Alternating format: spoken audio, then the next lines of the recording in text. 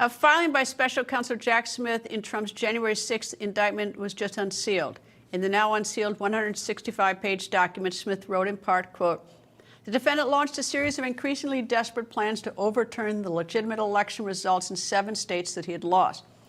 Smith went on to write in the pleading, quote, "His efforts included lying to state officials in order to induce them to ignore the true vote counts, manufacturing fraudulent electoral votes in the targeted states, attempting to enlist Vice President Michael R. Pence in his role as President of the Senate to obstruct Congress's certification of the election by using the defendant's fraudulent electoral votes.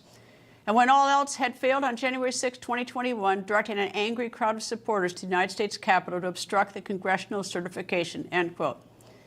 And as expected earlier today, former President Trump responded to Smith. Trump took to Truth Social to post in part, quote, "For 60 days prior to an election, the Department of Justice is supposed to do absolutely nothing that would taint or interfere with said election. They disobeyed their own rule in favor of complete and total election interference." Trump added, quote, "I did nothing wrong, they did. The case is a scam just like all of the others," end quote. Former federal prosecutor Doug Burns joins me.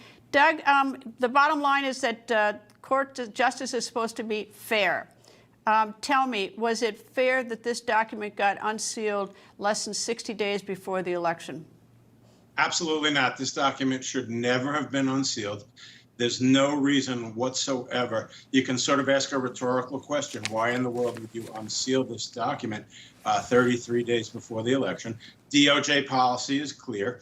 Prosecutors are not supposed to take actions that could reasonably be deemed to interfere with an election. Okay.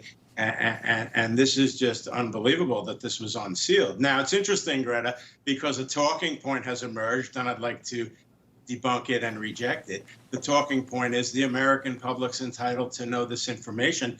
Even if you assume, for the sake of argument, that that's true, they're entitled to know it through the political process, through the campaigning process, where one side can argue A and the other side can argue against it. You do not use the courts, and you do not use a criminal case for these purposes. I'm very, very surprised that the judge unsealed this, honestly, Greta.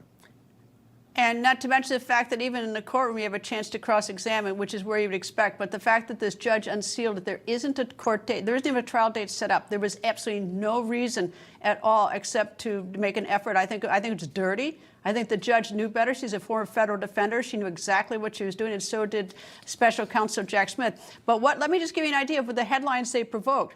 One is Politico says 11 damning details. ABC says bombshell immunity filing. Another one says that details made even experts gasp. More bombshell filings. I mean, all these headlines, October surprise. There was only one reason to do that, and that was to poison the American voter, because there was no legitimate legal reason to do it.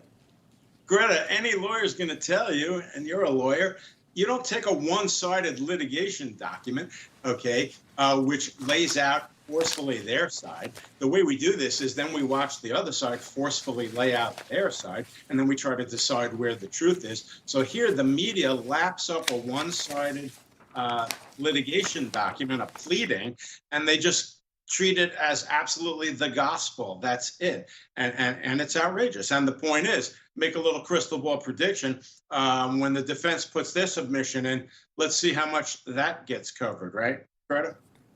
Yeah, I mean, he is, Jack Smith is a special counsel, but I have to say that this Attorney General of the United States, I mean, Merrick Garland, I don't know what it was, but the fact that he was a federal appellate court judge. And, it's appalling to me. It's absolutely appalling. You can hate Trump, but if any lawyer, any decent person should have respect for the Constitution, fairness, and for the political process. I honestly never thought I would see this, Greta. And that is, again, a little bit of a broken record, just breaking every rule in the book, 33 days before, not just any election, not to denigrate, local elections. This is the United States presidential election, and 33 days before the election. And as you point out, and your point is the key, the media just lapping it up, running with it, hysterical articles about these are the 11 big points. Well, wait a minute. Those are the 11 alleged points on one side to complete the discussion. And now let's see what the other side's going to say about that. But again, with Trump, the rules just seem to go out the window, Greta. It's amazing. Doug, I fought tooth and nail against federal prosecutors and against, judges. I never in a million years, though, thought they were crooked. I really didn't. I actually believed in the system as much as I fought them, but I have never seen anything like Special Counsel Jack Smith and even the Attorney General of the United States, who has the ultimate responsibility. And he's just sitting there up on Pennsylvania Avenue, 2 blocks from the U.S. Capitol, just watching all the headlines roll out about this.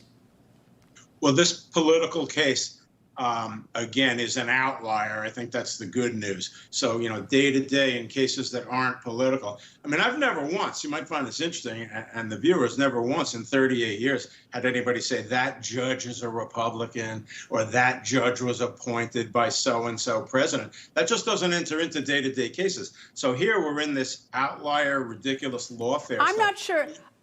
I'm not sure it's an outlier with the Attorney General because, and I just, I sound like a broken record on this, but 14 months ago, the New York Times put pictures up on the newspaper showing the deplorable conditions in the Fulton County Jail, and the Attorney General got shamed into initiating a civil rights investigation. You don't need an investigation; just look at the pictures. There were dead bodies found, dead inmates found with maggots in their lice in their bodies. You didn't need a full investigation, and do you know they still don't have that investigation complete 14 months later? So you've got people who don't have a dime to make bond, not a dime to make bond, and he goes to all the fancy parties in D.C. It's disgraceful.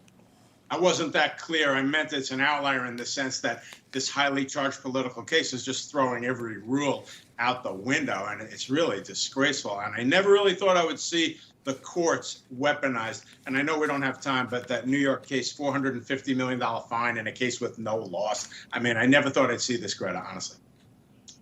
Doug Burns, thank you very much. And I'd like to hear from more lawyers. I tell you, the lawyers should be, the lawyers should be speaking out. Those of us who swore oath to the Constitution. Anyway, we'll be right back. Doug Burns, thank you.